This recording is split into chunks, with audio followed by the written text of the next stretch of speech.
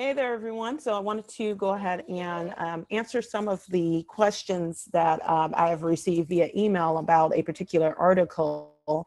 And I wanted to do that in a way that I could really explain the way that I took the article. So this is, my perception of the article and the thoughts that arose from this article. So let me go ahead and share my screen so I can show that to you. Let me introduce myself. My name is Jessica A. Walker. I am the president of the Jaw Research Institute, which provides education about the African-American consumer and patient. So let me go ahead and bounce right into this because I don't have too much time here. However, I want to definitely share my insight on this article. So the article that I'm reviewing is called Dimensions of Culture, Cross-Cultural Communications for Healthcare Professionals. It's on their site. This is at www.dimensionsofculture.com. And it looks like this was done 2014. So this article is written by Marcia, is it Carteret? I can't say the last name, sorry. Not that too good at that. However, I wanted to go through this article with you. So let's go ahead and read the first part of it. It's basically, its title is Effective Mental Health Referrals. So the importance of a family-centered approach. So it talks about how many cultures stigmatize mental illness and the culture's value system is rooted in collectivism, and I totally agree. So it talks a bit about how the process of personal development does not occur in the same way in collective cultures, such as Africa, Asia, South America, Arabian countries. In collective societies, the group or family identity remains the focus and the individual remains embodied in the culture identity. And I agree with that. For immigrants, for people who are not of the U.S., then yes, definitely. I believe that there's definitely a correlation between the two. Built relationships. So oftentimes running short on time, providers will find that if they spent a little more time upfront establishing rapport with families, it will save time in the long run and increase compliance as well. In pediatric cross-cultural encounters, a great start to any conversation is families are so important to children, and I liked learning about families in my care. Would you tell me a little bit about yours? Let's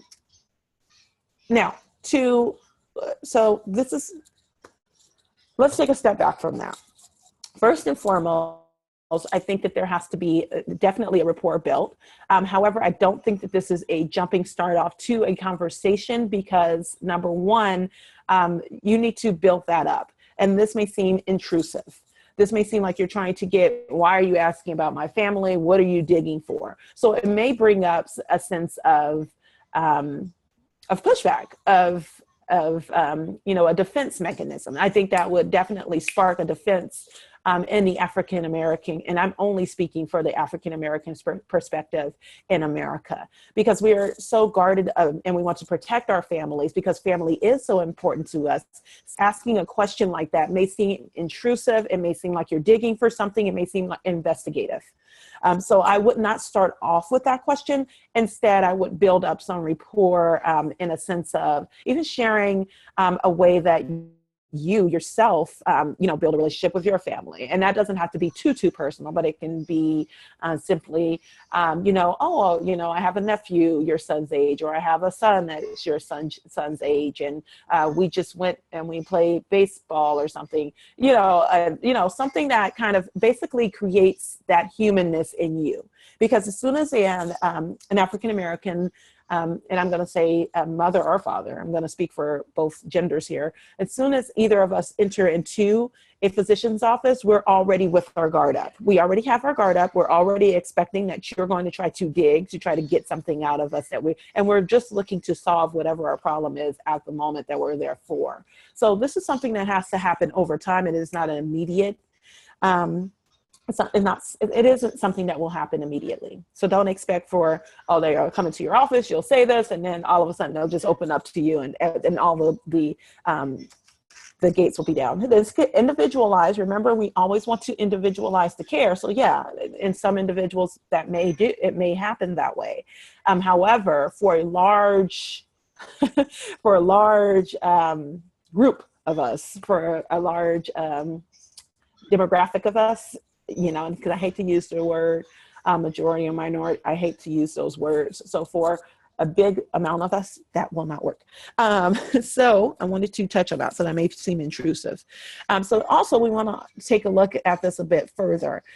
So she goes on to say that you should say, where does your family come from originally? I think that's totally fine. That question's okay. I don't think that's very intrusive. If you know that, someone is, you can ask that. And then some of these questions can really truthfully be answered via the chart. That's why we look at patient history, or that's why you look at it, I should say, because I'm not a physician. That's why you would look at patient history, is because you can find out kind of where the family came from, and know some back history. You should already know some of this back history before you even step into the room anyway. So asking some of these questions may seem redundant to them when they've already filled out 5 to 10 different forms that told you where they came from, what they're doing, so on and so forth. And they know this. We have to stop acting as though we're getting I hate to say you.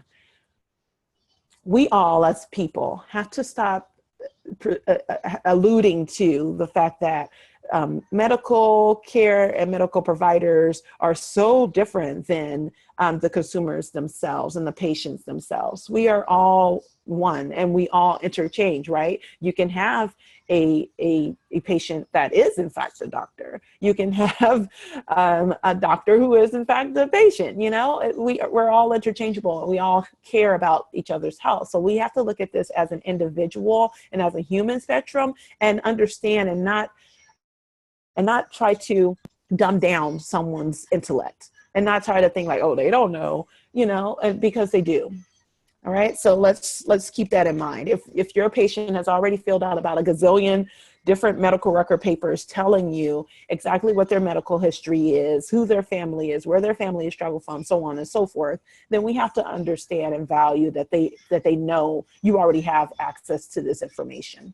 So asking the question of, how long have you been here? Is your family united here? So on and so forth. It's something that may already be answered, that can already be answered in their medical records, and they know it. So for you to ask that question would make it seem like you're thinking that they're not smart, or you're alluding to the fact that, oh, they're, or you're alluding to the fact that you didn't even care enough to read their medical record as well. So keep that in mind.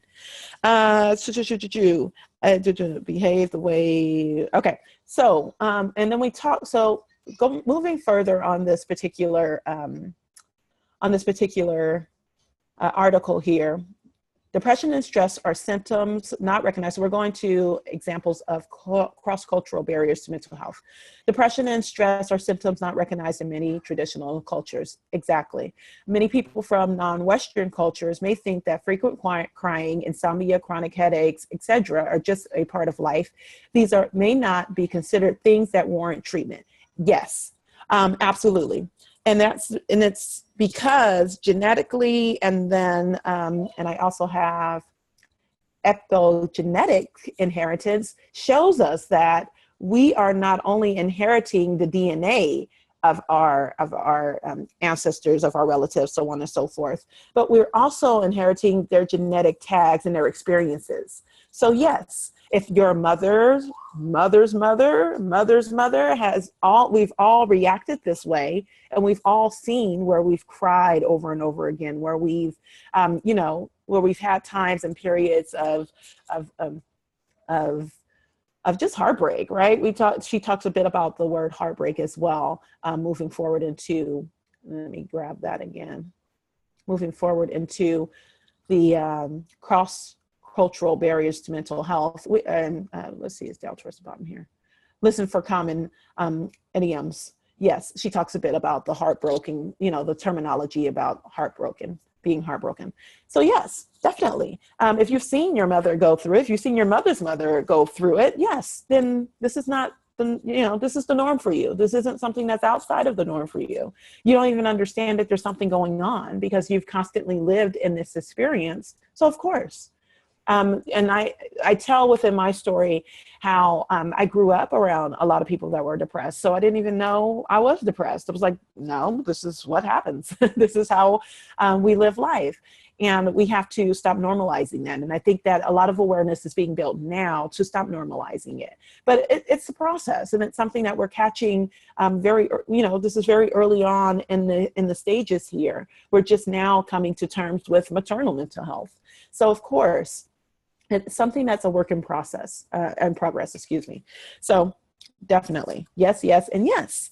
Now, how do you now create a conversation with the patient so that you can move the patient forward and get them the help that they need? I would say that, so she talked a bit about, and I put some notes here, so I want to talk about that here. And many, so let's go back to her article. In many collective cultures, any emotional problems are related to the family, not the individual. There is something unsettled in the family interpersonal relationships. Patients may actually steer away from personal preoccupations that detract from the focus on the good of the family. Self-disclosure may suggest betrayal of one's own family, weakness or failure, and associated shame. Yes, yes, and yes. So self-disclosure may feel like snitching, and not, go ahead, go to the Urban Dictionary and look that one up. But it may feel like snitching on your family, like you're telling something that should not be told outside of the family. And it does look like a weakness for the individual, like you need help. And that's something that, and let's just be real with it, in historical lines, in our historical context in the US history, have we ever heard of any of the slaves receiving treatment? Have we ever heard of any of the offspring of these slaves, now that we know about epigenetics receiving treatment?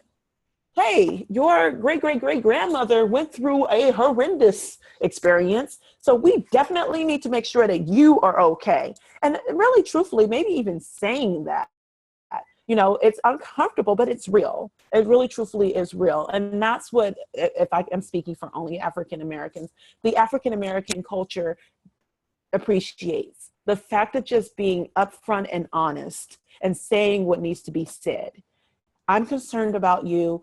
I know that there is a long history, and just our climate, our climate right now in America is very, very, it's heavy. It's funny because a couple of days ago, I went to an event for 2020 Mom and Maternal Health, even where we released the white paper. We were reviewing the white paper, which is due for release coming up soon. And one of the physicians there said, you know what, this climate is really heavy. It's really, really heavy. It's really hard right now. And I said, I agree. And the fact that this physician was just being real about it and just saying, you know what, right now, it just sucks, but we have to do something about it. We have to actively move forward. It was like, it was a way to take a breath and go, someone sees it.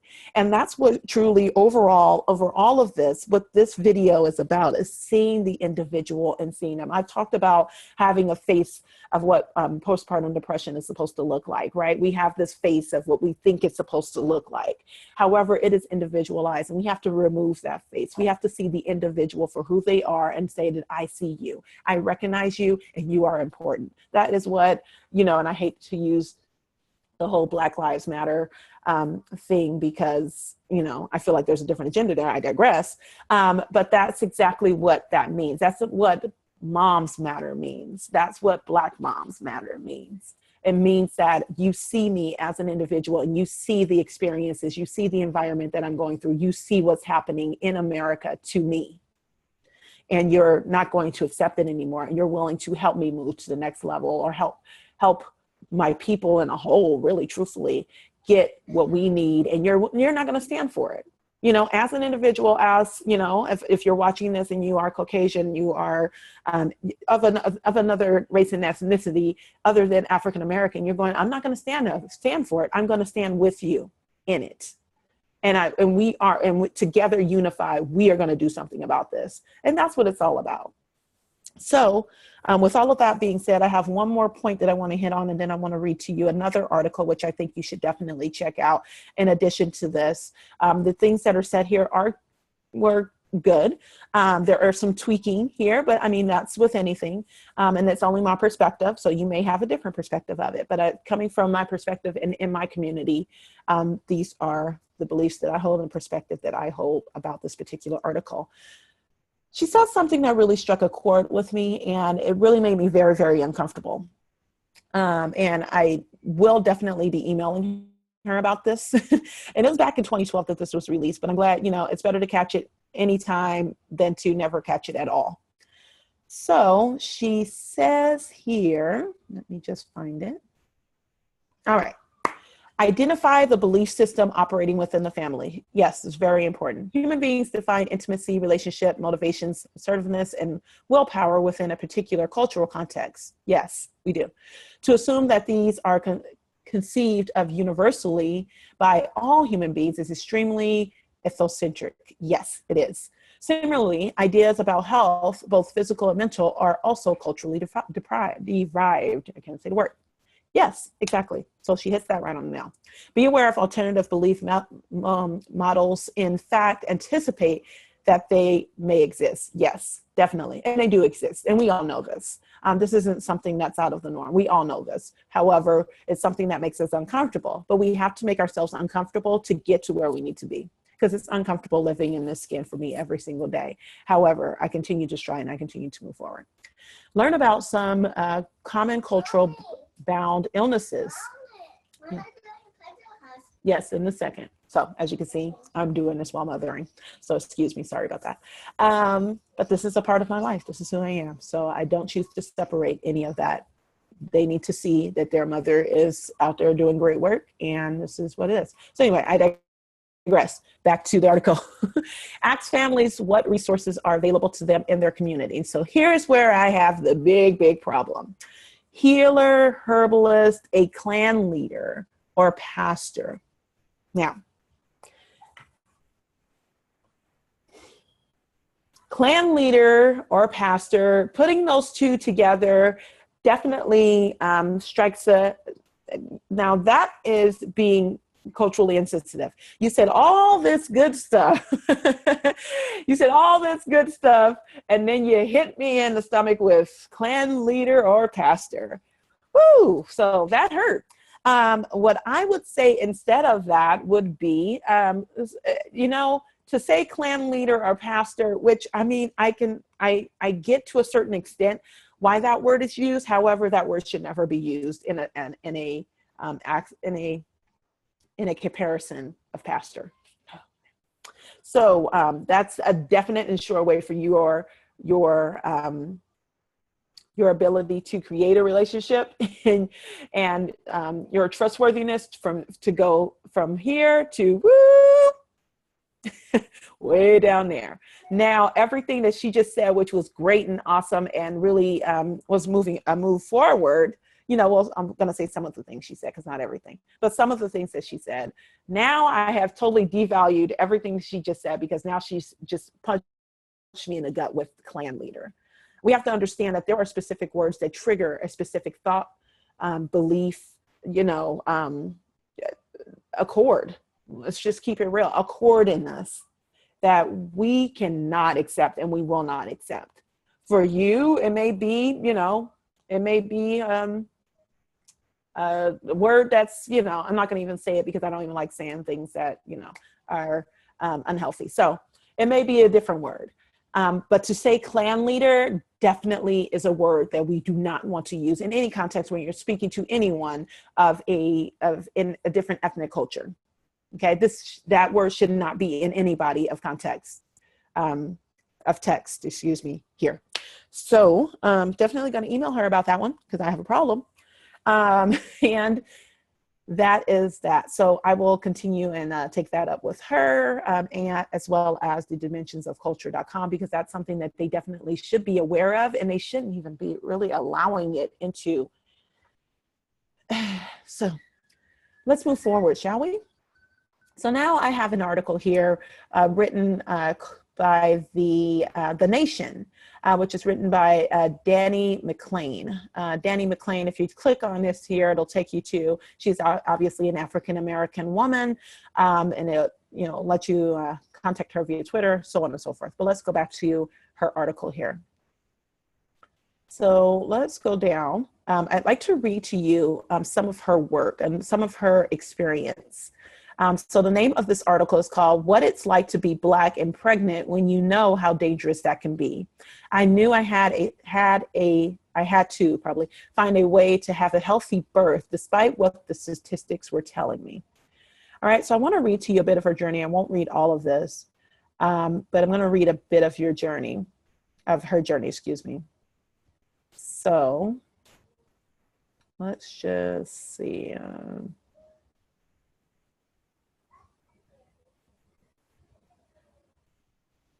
Let's start about here. Yeah, let's start about here. So,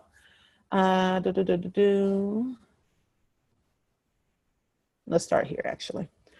So she basically talks about how African Americans go through the healthcare system and some of the things that they think about. And she's talking from a perspective of a woman who is highly accomplished, who has a master's degree, so on and so forth. So let me read a bit of this for you. For the past 3 years, my job has been to report on Black-led organizing and the police violence that fuels it. And until recently, I've been able to read and process related news with the detachment that my journalism training has instilled in me. But now, what I see online and on TV simply makes me afraid. I am 7 months pregnant, and these days, traumatic events, hit me in a way that I can't neatly tuck away. I'm learning that in moments like these, it's crucial that I step away from the screen and stop crying, that I figure out how to return my breathing to normal. My health, my fetus health depend on it. Black women, after all, are 4 times more likely to die from pregnancy complications than white counterparts, and Black babies are twice as likely as white babies to die before their first birthday. I worry that I'll have a baby that's too small to thrive, or that I'll be treated so negligently by the hospital staff during delivery that I will end up seriously injured or dead. And this is all of her worry. While she's pregnant, she's worrying about this the whole time. So can we say that she's having a large amount of stress? I'd say so. You might think that I don't need to worry. I eat a healthy diet. I don't have high blood pressure or diabetes. I am not poor. I have private insurance and a master's degree. I started prenatal appointments at 10 weeks and haven't missed one since. But I am under no illusion that my class privilege will not save me. Research suggests that it's the stress caused by racial discrimination experienced over a lifetime that leads to Black American women's troubling birth outcomes, not the individual choices those women make or how much money or education they have. So let's stop there for a moment. So it's not that women are poor. It's not that they are making poor choices. It's the fact that every single day they have to encounter racism. So let's continue on. And this is what's leading to babies being born at low birth weights, the maternal death rate while women are giving birth, as well as the mortality rate of Black infants before their first birthday. So let's continue on. I sat jaw-jacked as I read the work of public health researcher Arlene, and I cannot say her last name, who has found that the average Black woman might be less healthy at 25 than she was at 15, and that African-American women at 35 have the rates of disability of white women who are 55. There's something about the American experience that tears away at the Black body. I was 38 years old, and so daily sites and structural racism had plenty of time to take its toll on me. Thus, my decision made during the long summer of my 3rd trimester to take a break from the news, which serves as a constant reminder of 2 disturbing realities. 1, that in carrying a Black child, I was carrying a potential steering or Castell or Rika Boyd or Tamar Rice. And 2, that my health and that of my child to be were largely in the hands of people who, like me, have been watching events unfold in Baton Rouge or Dallas or Ferguson or Chicago, but may have a completely different understanding than me of how race works in this country. And now, so she talks about an experience where she walks into an OBGYN office. So when I walked into my OBGYN office in Dayton, Ohio, or into offices of various specialists, I saw over the course of my pregnancy, I suspected that the all-white teams of receptionists, nurses, and doctors, oh, okay, there's a Black receptionist at the office where I got my ultrasound. First, I see a Black woman, not an Ivy League graduate or someone whose job includes researching reproductive health or any of the other characteristics that some may think would shield me from substandard care. An Institute of Medicine report found that people of color are less likely to receive needed services, even when their insurance and income are the same as white people's. So I tried to leverage every bit of privilege I could to starve off any assumptions that my healthcare providers might have had.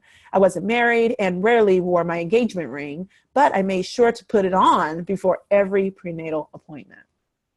Now I want you to think about the stress that's probably associated with the fact that you have to make sure that you have on your wedding ring, your engagement ring. You have to make sure that you're dressed properly. You have to make sure that when you go to a doctor's office, just be seen for a prenatal appointment, not to include the stress of already being pregnant and being a pregnant woman, because that is stressful in itself, but you have to make sure that you are perceived to be of a certain standard in order to receive a certain standard of care. All the stress that goes into that. So she makes sure she has her engagement ring on so that she's not perceived to be in a different class of people, so she can receive the type of care that she needs in order to be healthy, which that type of care should be given to anyone anyway. So let's go back to the article. But I made sure to put it on after every appointment, put on her engagement ring. When I showed up to an appointment with cornrows or an afro, I wondered if I'd be treated differently from the times I'd come with my hair flat ironed. These concerns may seem far-fetched, but during my pregnancy, they were very real to me. A 2016 study by the University of Virginia found that about half of the white medical students and residents surveyed held at least one false belief about biological differences between Black and white people, that Black people's nerve endings are less sensitive than white people's, for instance. Those implicit biases affected the students' abilities to make appropriate decisions about treating Black patients. Dr. Norman Oliver, the study's co-author, told me that while the so-called social determinants of health, access to safe housing, jobs, education, health insurance, are largely responsible for health inequities, biases in the clinical treatment also play a role.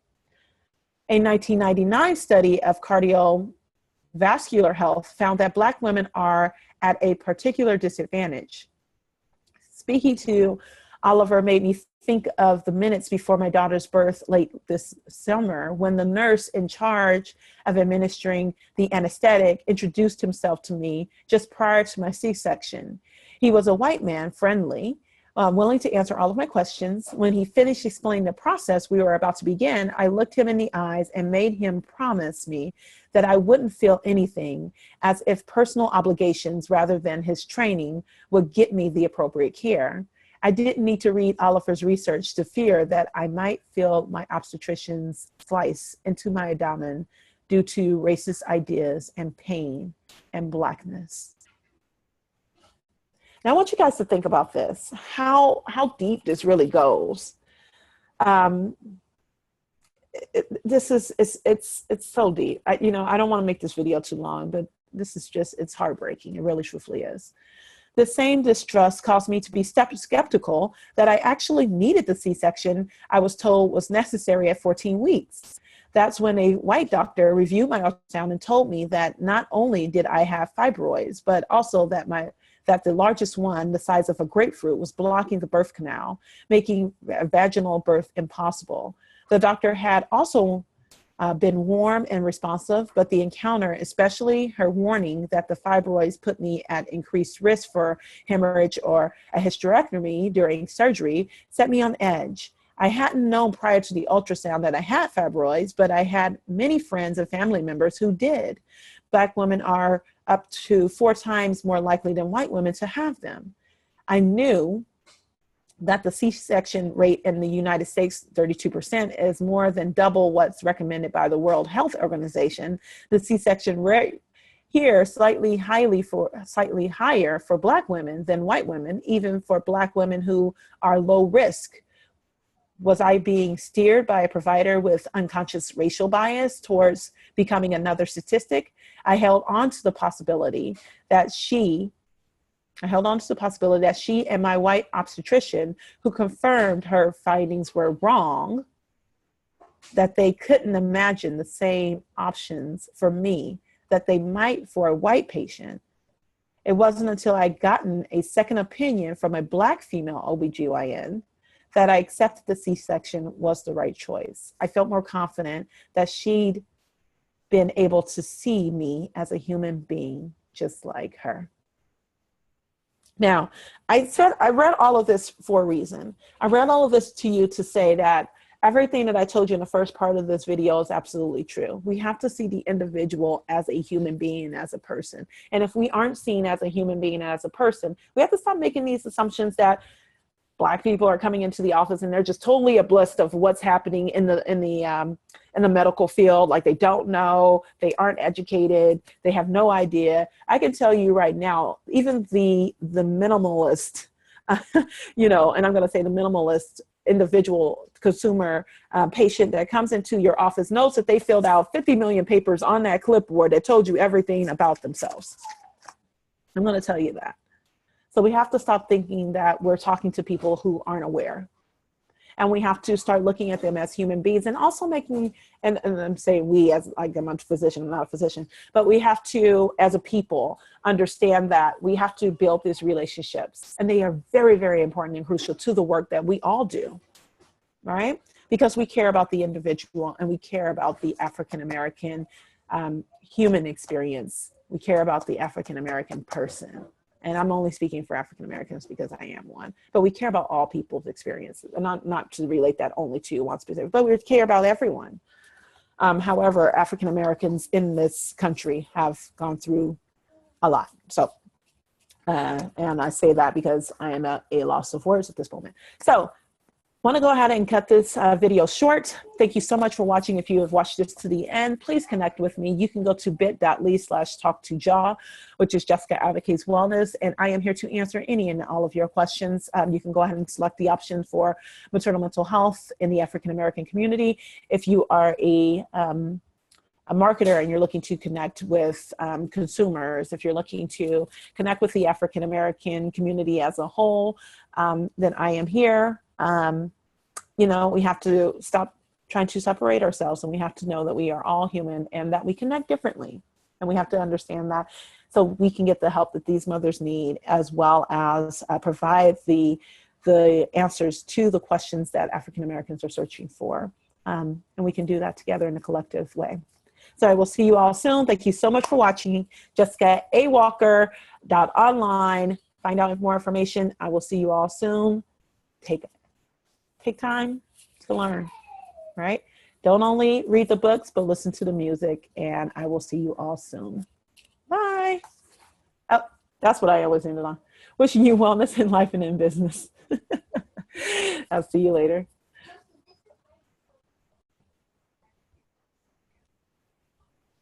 All right, so we have to understand that as individuals and as human beings, we all deserve the amount of care. We all deserve the same amount of care.